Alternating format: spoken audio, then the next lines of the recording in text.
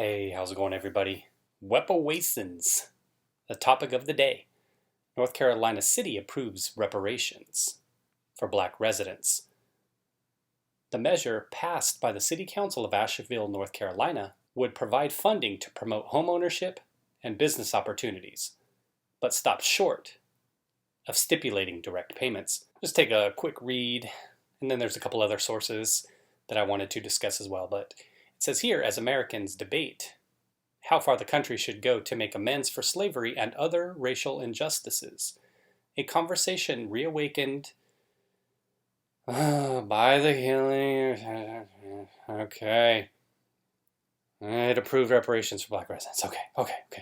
The city, Asheville, North Carolina, will provide funding to programs geared towards increasing home ownership and business and career opportunities for black residents as part of a reparations initiative. Now, one thing that just crossed my mind when I think about that statement right there is, doesn't this already happen? Aren't there already programs in place for individuals of most colors, genders, orientations?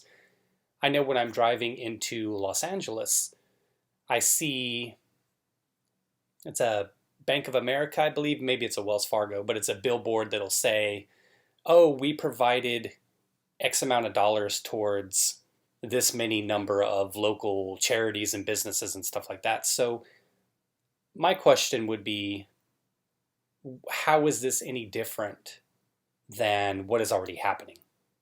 It seems to me like you're just making a press announcement that you're doing this, but that these things are already happening for communities of all colors. You would hope it's for communities of all colors, genders, orientations, etc., right? Because if it's not, that'd be discriminatory. But again, it seems like just a press announcement of something that's already happening across many jurisdictions across the U.S. Now, maybe it's not happening in Asheville. It says here the measure was unanimously approved by the Asheville City Council on Tuesday night, but it stopped short of stipulating direct payments, which are usually associated with reparations. And I guess that's what I was saying. It's not so much reparations as it is economic investment. City leaders said their goal was to help create generational wealth for black people who have been hurt by income, educational, and health care disparities. We'll see.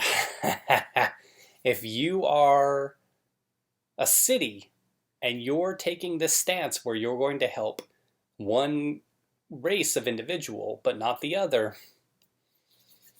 seems kind of discriminatory. We'll see if the lawsuits go a-flying. Because you know how it works, right? Everybody wants to get a little bit of that sweet cheddar.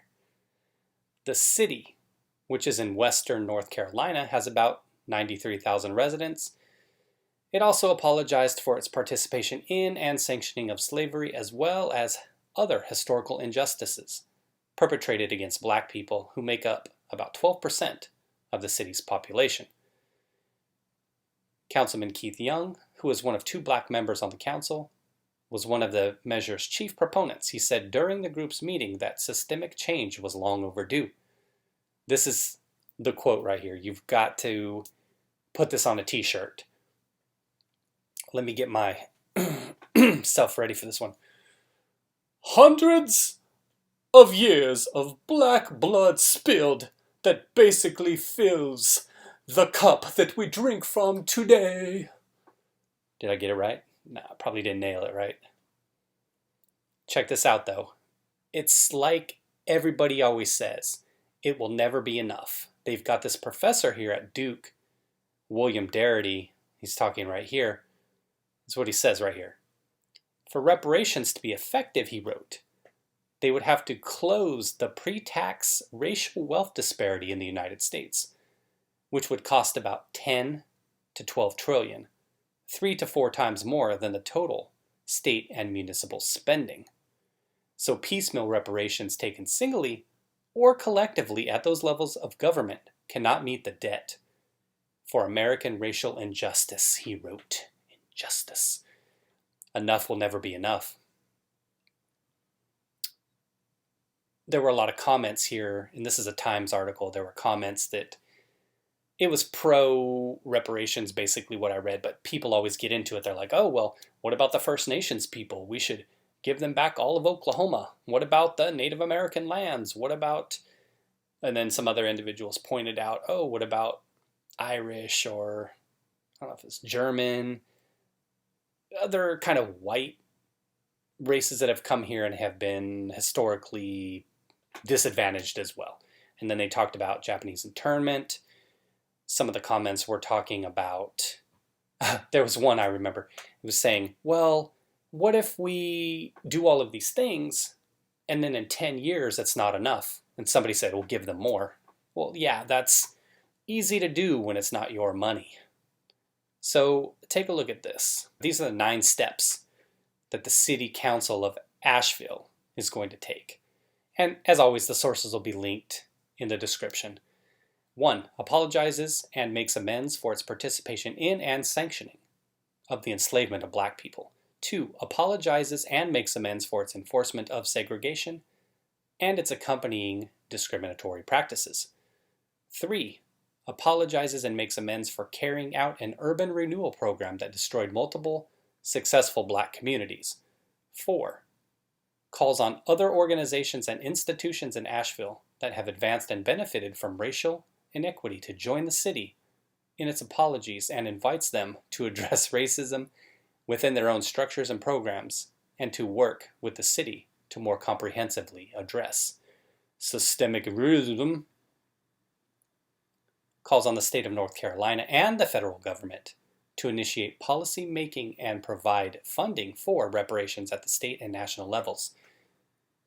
Again, a lot easier to pass these things when it's you trying to get the state and federal government involved with their money, or taxpayer money, I should say.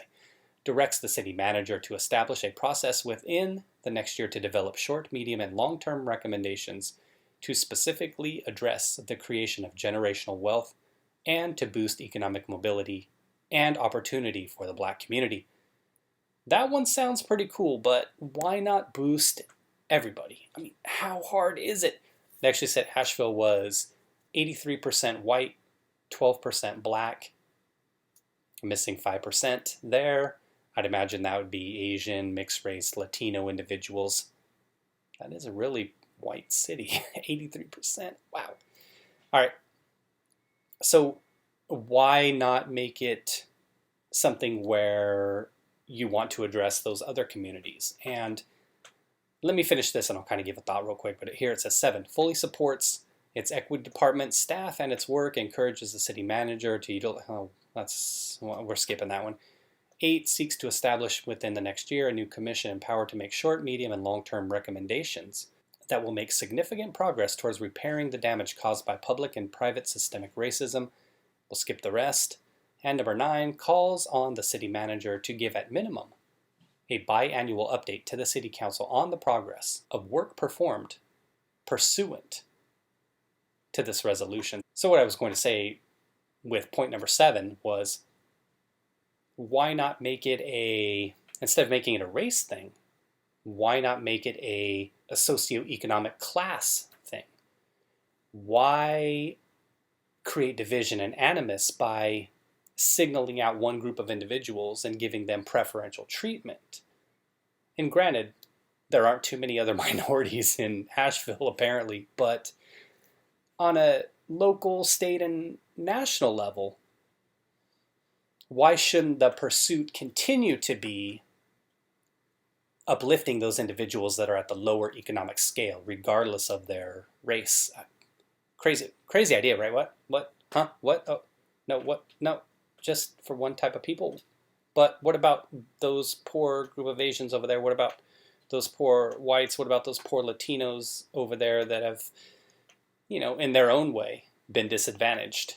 Why not seek to uplift individuals at the lower economic rungs, regardless of color? I said, hey, oh, crazy, right?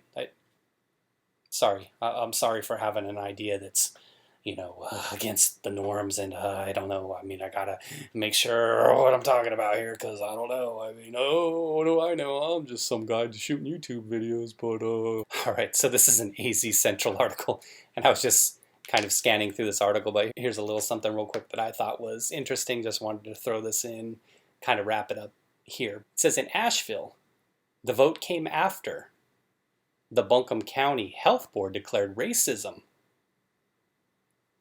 Yes, folks, you saw it right. Racism is a public health crisis, and thousands of protesters packed the streets, calling for the Asheville Police Department to be defunded. The disproportionate amount of death related to COVID has exposed the structural inequity and lack of wealth in black communities, Perry said. Paired with the death of, oh, there we go with that again, structural barriers, some sort of social reform. Okay, no word here in this article whether the disproportionate number of males who die from COVID, whether there's some structural inequity there. How about sexism because more males are dying? Can I get in on some of that sweet government cheese for some reparations? You know, being though I'm male and we seem to be dying at far greater rates than females due to this COVID, it's a travesty going on. I was having a dialogue with Strong and Grand, and one of the comments I made had to do with race and how everything's an ism these days, how every single thing comes down to an ism, and you can hear it whatever you watch. I could be watching something on CNBC that's totally unrelated, and somehow the person they're talking to will work in the ism, the systemic, the black and brown people being disproportionately affected. So it's something that seems to be part of everything that's said now. Every time you say something, usually they don't start with it, but they'll give a point, a key point or two, and again, it can be totally unrelated. But in the end, they hit you with the ism. Right here. Racism is a public health crisis. Now, I get how they're trying to tie it to the COVID, but you've got some whack jobs out there that really believe this stuff. And that's the number one way to push whatever agenda you're trying to push, is throw some isms in there, throw some systemic in there, throw some buzzwords in there, and then, all of a sudden, people are going to pay attention. But other than that, and like I said, bashing on Trump, those are the two ways you can go about promoting whatever it is you're trying to promote. Doesn't create a solution, doesn't solve any problems. It would seem to me to create a situation where there's animus towards individuals who are getting preferential treatment. But I get it. The way to solve perceived racism and discrimination to individuals who didn't suffer any of these injustices, we're talking slavery specifically. If you're trying to sit here and tell me that the way, because I keep trying to tie it to slavery, the way to create equity in our society is to discriminate against everyone else in favor of individuals who weren't impacted by this directly or even indirectly, that's just not something I'm going to get behind. But I will say this, though. Cities have residents who vote on these things. They put these people on the city council. States the same way with their representatives, governors, federal levels, your senators, congresspeople, president. If these individuals in Asheville want to go along with this, then they need to step up. And they need to not ask for national help. They don't need to ask for state help. And I would be fine with this. If they want to do reparations, again, I don't live there, so I don't care. But if it's a situation where it goes to the voters, ultimately they can vote on this, but they have the option to opt out of it. So if you said to me, okay, Dose, we're going to tax every Asheville resident, say I live there, an extra $1,000 a year. Show me the numbers directly. Okay, and then that $1,000 is going to go to this business, this business, this business. In this case, they're talking about black businesses and economic development. Would you like to contribute that $1,000 to that?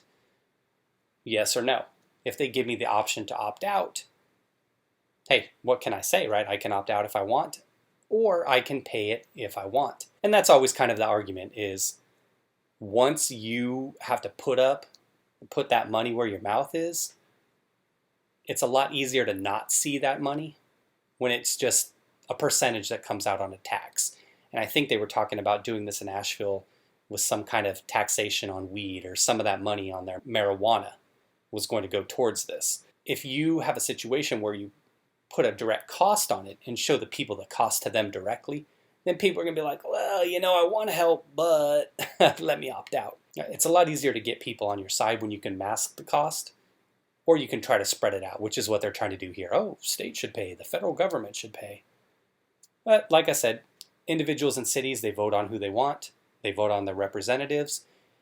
If they want something like this to go forward, there's a lot of questions that would need to be answered. We're kind of at the exploratory phase, it seems.